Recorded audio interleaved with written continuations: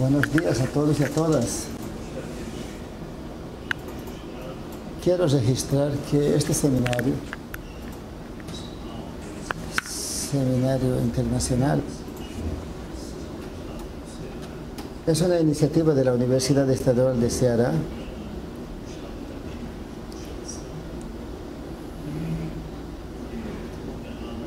coordinada por el profesor Samuel Cámara. Y este evento tiene al profesor Hermano en la coordinación, una coordinación científica por parte de Teresa Mota y el profesor Samuel, y tuvo el profesor Nilo en la secretaría ejecutiva del evento. Yo pido aplausos para todos ellos, por favor.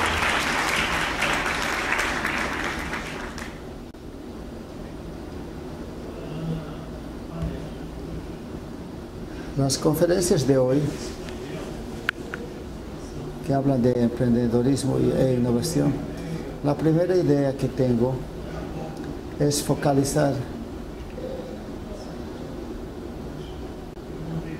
los temas citados, pero estaba pensando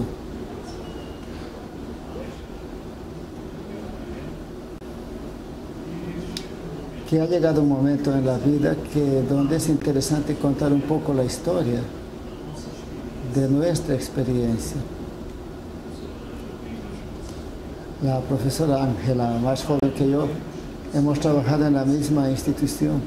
Cuando yo comencé a trabajar en COPI en 1968 como alumno y en 77 como profesor. Entonces, en los últimos 43 años tengo mucho tiempo de profesor.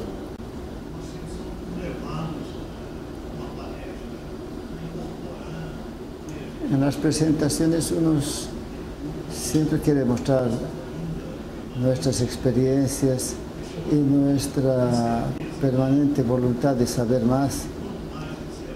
Y dicen que cuanto más uno aprende, cada vez se sabe más que se sabe poco. Y yo estoy en esta etapa. Yo creo que mi presentación va a reflejar un poco esta problemática, esta constante búsqueda de una comprensión mejor de este asunto, de este tema.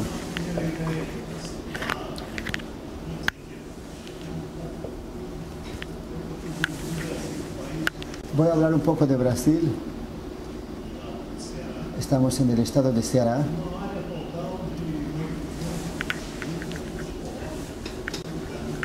Estamos en una área que nos coloca en el 5º lugar del mundo. Estamos en el 5º lugar del mundo en población, con la densidad poblacional y una población comparada con Europa. Es al contrario, es una población joven. Nos tenemos de 0 a 14 años, 26 millones de personas. En Europa tenemos mucha gente con edad de 60 años, por ejemplo.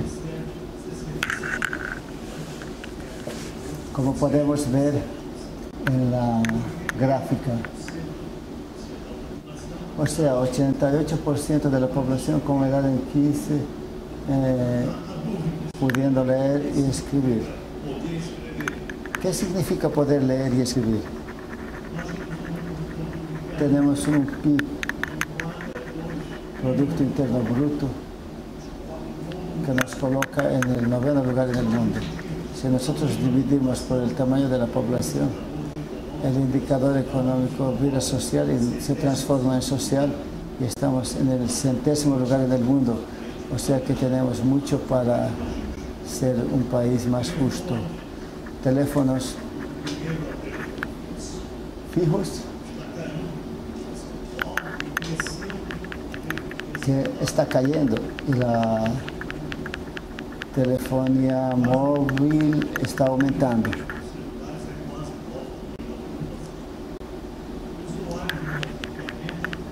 Usuarios de Internet tenemos 40% de la población.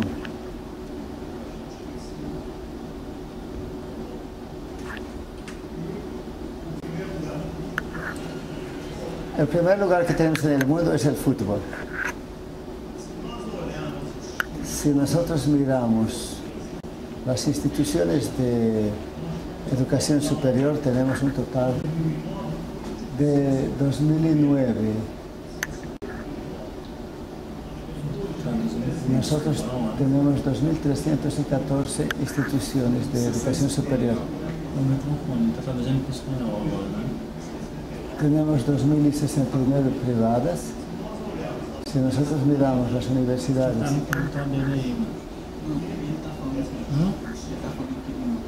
muchas de estas instituciones que actúan en varios campos y deberían tener algún programa de maestría y de doctorado. Y esto todavía es algo donde esperamos llegar. En las universidades tenemos... ¿Cómo es? Ah, vale, va. Ah.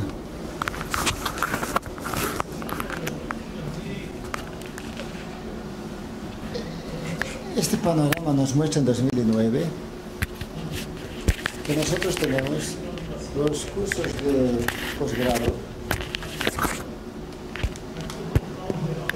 donde en total 2.314 IES, instituições de ensino superior, que fornecem quase 29 mil cursos de pré-grado.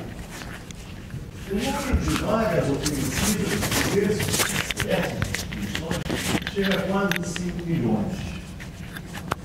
Repare que os candidatos que se inscrevem para fazer a graduação são cerca de quase 7 milhões. E só ingressam 2 milhões. Esse é um número impressionante. Quer dizer, as instituições oferecem quase 5, se candidatam essas quase 5, quase 7 milhões e só entram 2 milhões. Boa parte dos que se candidatam, mais da metade, não tem o preparo suficiente para ingressar. E o ingresso aí é um processo seletivo, e eu estou considerando nesse número dos que ingressam, inclusive os que ingressam em cotas oferecidas pelas universidades para minorias, uma série de outras cotas. Quer dizer, mesmo assim, nós temos um processo que coloca para fora um grande número de candidatos. Esse número daqui de matrículas, né, aí somam quantos estão estudando em instituições de ensino superior, dá quase 6 milhões. Ou seja, isso representa 13% da população brasileira entre 18 e 24 anos. É um dos piores resultados no mundo inteiro. Nós estamos bem atrás de diversos países sul-americanos. Se nós olharmos então para a Europa, pegarmos os países nórdicos, essa taxa é acima de 60%. Quer dizer, nós apenas 13% dos alunos, dos jovens na faixa etária de 18 a 24 anos estão na universidade. E fazendo o que na universidade? Esses são os cursos, os 10 maiores cursos de graduação. O curso de administração, quer dizer, dos 5 milhões e 900, 1 milhão e 100, ou seja, 18,5 está fazendo administração, depois vem direito, pedagogia, engenharia com 7,1, enfermagem, ciências contábeis e assim por diante, ciências biológicas no final. E outros cursos, né? 33,7. Mas esses são os 10 primeiros em termos de matrículas de alunos, cursos de graduação.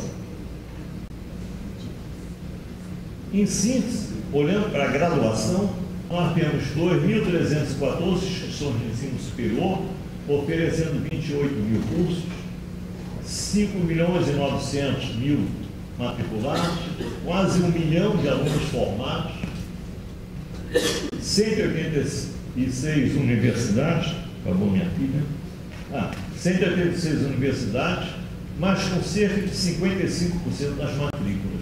Quer dizer, as universidades, embora sejam poucas em relação ao total de instituições, elas pegam mais da metade dos alunos, exatamente pelo tamanho, cobrir várias áreas do conhecimento. E é um sistema de elite dentro daquela classificação, até 30% é considerado um sistema de elite. Né?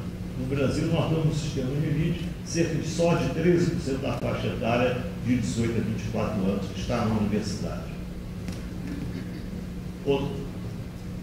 Então, esse é o resumo das universidades. Federais, 55, estaduais e municipais, 45, um total de 100 universidades públicas. As privadas, temos as lucrativas, 44, as não lucrativas, que são as católicas, as religiosas, 42, total de privado, 86. Bem, a nível de pós-graduação, de pós-grado, nós temos dois tipos de cursos, os lato sensu, especialização, os chamados MBA, e o estrito sensu, que nós temos o mestrado acadêmico, o mestrado profissional e o doutorado. Quer dizer, se nós olharmos o estrito sensu, né, são ofertados em instituições de ensino e também em instituições de pesquisa, por unidades administrativas chamadas programas. Quer dizer, se criam nessas instituições programas programa de engenharia química, engenharia de produção, de história e assim por diante. O panorama, isso aqui para o ano de 2000 e... Minha filha está acabando. O panorama para o ano de 2008, nós tínhamos 2.581 programas. Cada programa pode oferecer mais de um curso. O programa de engenharia de produção tem um curso de pesquisa operacional, um curso de engenharia do trabalho, assim por diante. São quase 4.000 cursos.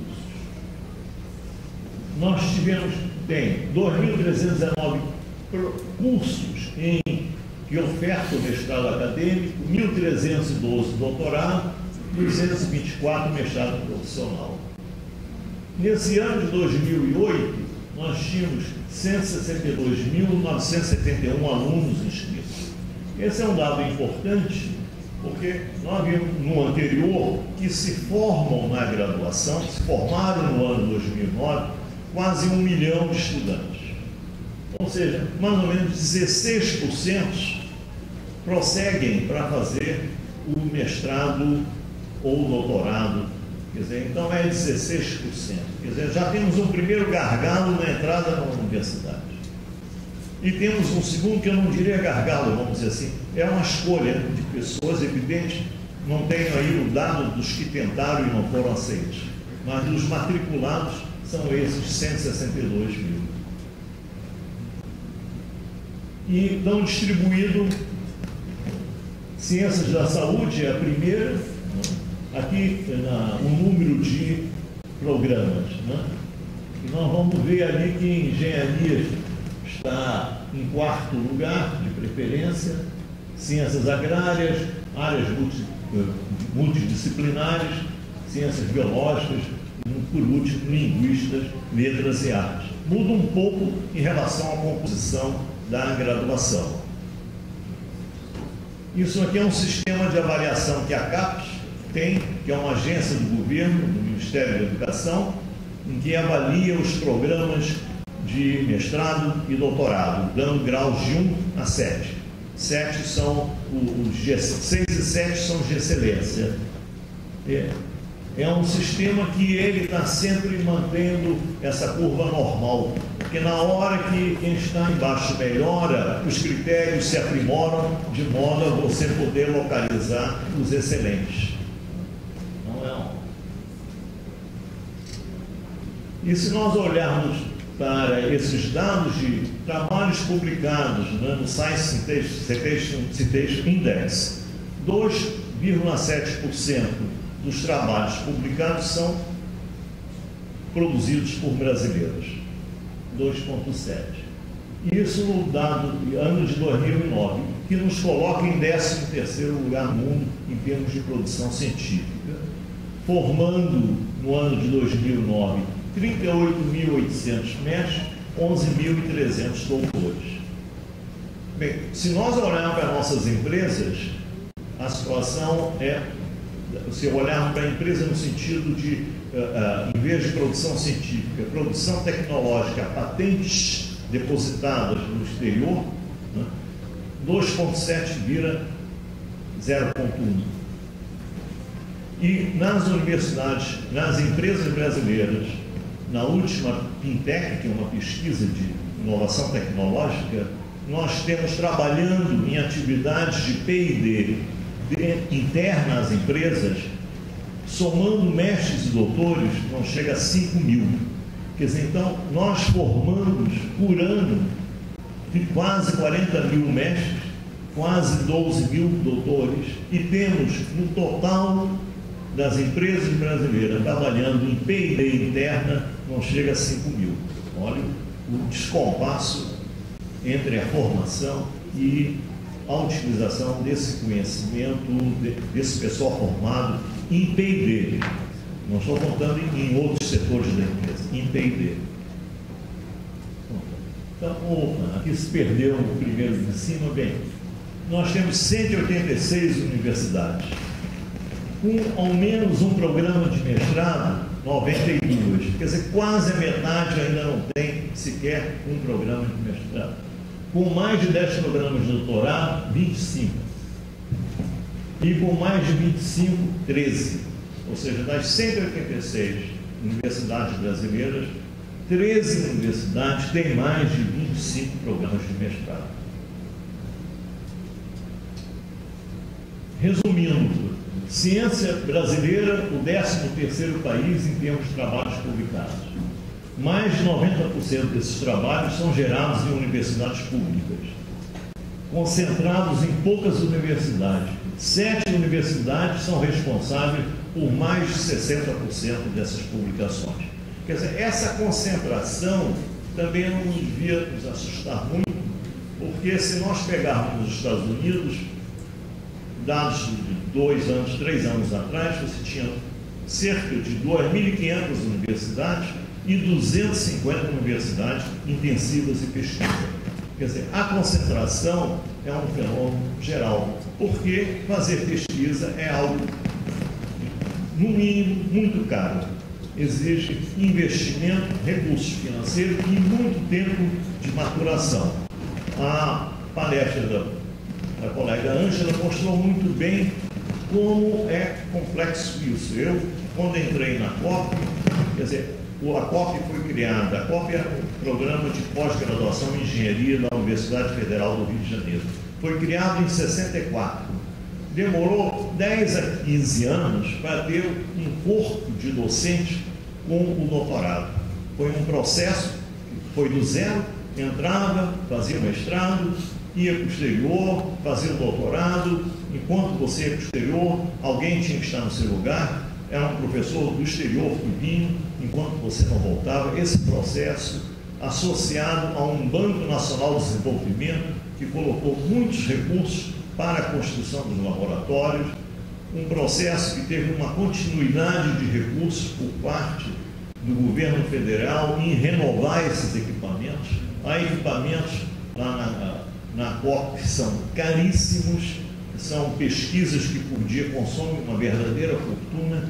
Então, organizar um crescimento em termos de pesquisa é tempo e dinheiro. E, naturalmente, ele é concentrado. É impossível para qualquer país manter todas as suas universidades intensivas em pesquisa. Se nós olharmos a universidade, como é que ela se organiza administrativamente?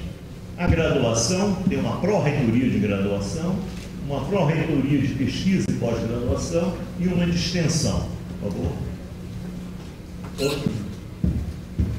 A graduação, né, que objetiva a formação de recursos humanos, ela está vamos dizer, sobre a avaliação, o controle do Ministério da Educação. A pesquisa e pós-graduação estricto sensu, não é? Que surge com a ideia de apoiar o desenvolvimento científico e tecnológico e mais tarde a inovação, ela tem a pesquisa apoiada pelo Ministério de Ciência e Tecnologia, tanto pela FINEP quanto do CNPq, e a formação de recursos humanos, mestres e doutores, tendo a CAPES como agência reguladora, a CAPES que pertence ao Ministério da Educação. A extensão que surge para prestar serviços à comunidade, à sociedade, também na alçada do Ministério da Educação. E nós temos aqui uma situação que os programas, os cursos de pós-graduação lato sensu, que tem especialização em MBA, esses são órfãos do nosso sistema. Nós não temos contabilidade, não sabemos quanto eles são e não há nenhum órgão que faça uma avaliação, não há um controle sobre esses programas, em que pese a grande importância que tem a especialização e o MBA. Mas eles não fazem parte de nenhum, na verdade, esse lado central aqui é o grande investimento governamental. Nós estamos desenvolvendo no país, e isso é algo que é positivo, evidente, apoiar a pesquisa, mas essa indução desse centro como modelo único da universidade, ele é irreal e acaba levando a uma situação que não faz de conta, quer dizer, você como se todo mundo tem que se travestir de uma coisa que na verdade é impossível. É impossível esse modelo único ser o único modelo de universidade. Não, é irreal isso. Por favor. Outro. Quer dizer, se nós olharmos aqui, ao nível de um departamento da universidade, nós temos o departamento é o responsável pelo ensino no nível de graduação. Ele também se preocupa com o MBA e com a especialização. Então, se ele quiser trabalhar ao nível de pós-graduação estricto sensu, ele tem que formar um programa, ou seja, escolher entre os seus docentes aqueles que têm uma produção científica de peso. Se constituir um programa, esse programa é avaliado pela CAPES, que confere aquelas notas, e o CNPq e junto com a FINEP dão os recursos para o desenvolvimento da pesquisa. Professor? Então, pula por esse, pula esse, vamos ver esse. Isso aqui, eu fiquei imaginando, o que é que nós temos falado aqui de empreendedorismo, nessas palestras iniciais? Muito foco na formação de organizações, é um programa de grande importância e tem uma virtude. O programa de empreendedorismo, ele atua em todas as universidades, em todas as áreas do conhecimento. Ele não está associado à pesquisa. É um programa que ele tenta despertar nos alunos esse sentido de empreendedor, torná-los empreendedor, dar a eles uma cultura de empreendedor, ensiná-los a realizar planos de negócio, incubar quando for o caso, quer dizer, em qualquer área do conhecimento, em qualquer que seja, se é nível de graduação ou pós-graduação.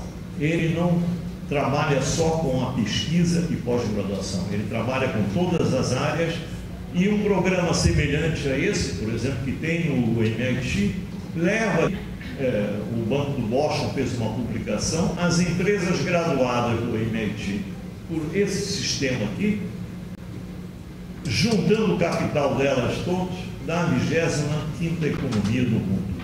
Quer dizer, isso não são só empresas de base tecnológica, são empresas que são criadas pelos alunos. O MIT hoje cobre várias áreas do conhecimento, não é mais um instituto de tecnologia, ele tem várias áreas sociais e humanas, e há uma motivação crescente para que os seus alunos formem empresas. Bem, então, eu imagino o seguinte: você tem na universidade sempre o conhecimento está presente no corpo docente. Agora, esse conhecimento, ele pode ser um que se atualiza pela consultoria, até por uma pesquisa para resolver problemas. E ele também pode ser um conhecimento gerado pela pesquisa, constituindo um novo conhecimento. Mas sempre tem conhecimento. E esse conhecimento que é passado aos alunos, qualquer que seja os alunos de pós-graduação, trabalhando em pesquisas de ponta, gerando novos conhecimentos, ou os alunos de graduação, eles podem, através do empreendedorismo, constituir empresas. E se nós estamos do lado do direito, empresa intensiva em tecnologia, nós temos questões de propriedade intelectual,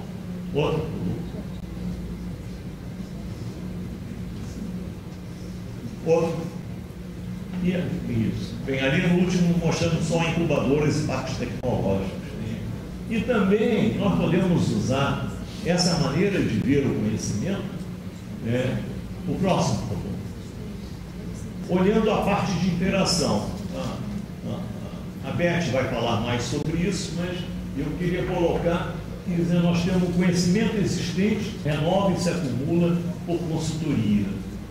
E nós formamos bacharéis, né? Temos a graduação, temos o lato senso, e esses formados, eles podem trabalhar nas empresas, melhorando sua capacitação produtiva, trabalhando na modernização das empresas. E do outro lado, esse conhecimento, que é gerado um novo conhecimento, né, que formamos mestres e doutores, vão trabalhar na capacitação tecnológica, isso olhando o caso das indústrias, das empresas, e podem ou fazer uma imitação ou uma novidade. Quer dizer, esse é um esquema evidente, não se restringe a uma ideia muito simplificada, por favor.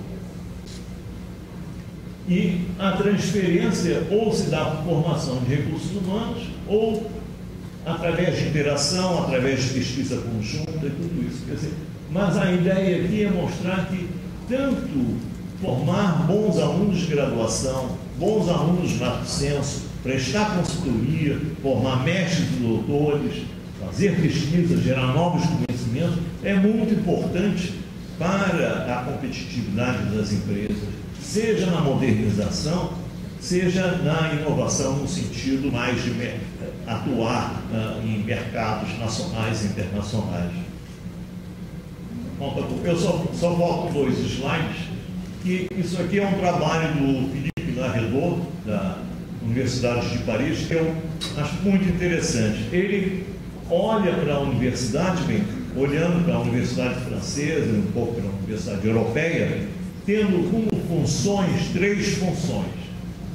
A educação terciária de massa, cuja característica central é formar os bacharéis. E ele até ressalta que uma universidade, na verdade, pode ter uma combinação dessas funções dependendo da área de conhecimento. Quer dizer, não é para ver uma universidade só com uma dessas 3 funções. Ela pode e sempre tem variadas funções dependendo de cada departamento. Pode ter uma função superior profissional, especializada, e fazer uma pesquisa no sentido de ser uma pesquisa para solucionar problemas. E a característica central é o diploma de mestrado profissional e a atividade central, pesquisa para a solução de problemas. E, por último, treinamento acadêmico e pesquisa. E o diploma central é o doutorado e o output central são os artigos. E nós podemos acrescentar, o Philippe Larredo acrescenta, que missões, dado essas funções, pode ter uma universidade. Essa primeira, que trabalha com a educação terciária de massa, forma bacharéis, ela atende primeiro a grande maioria dos alunos. que terminam os seus estudos se formando com bacharel.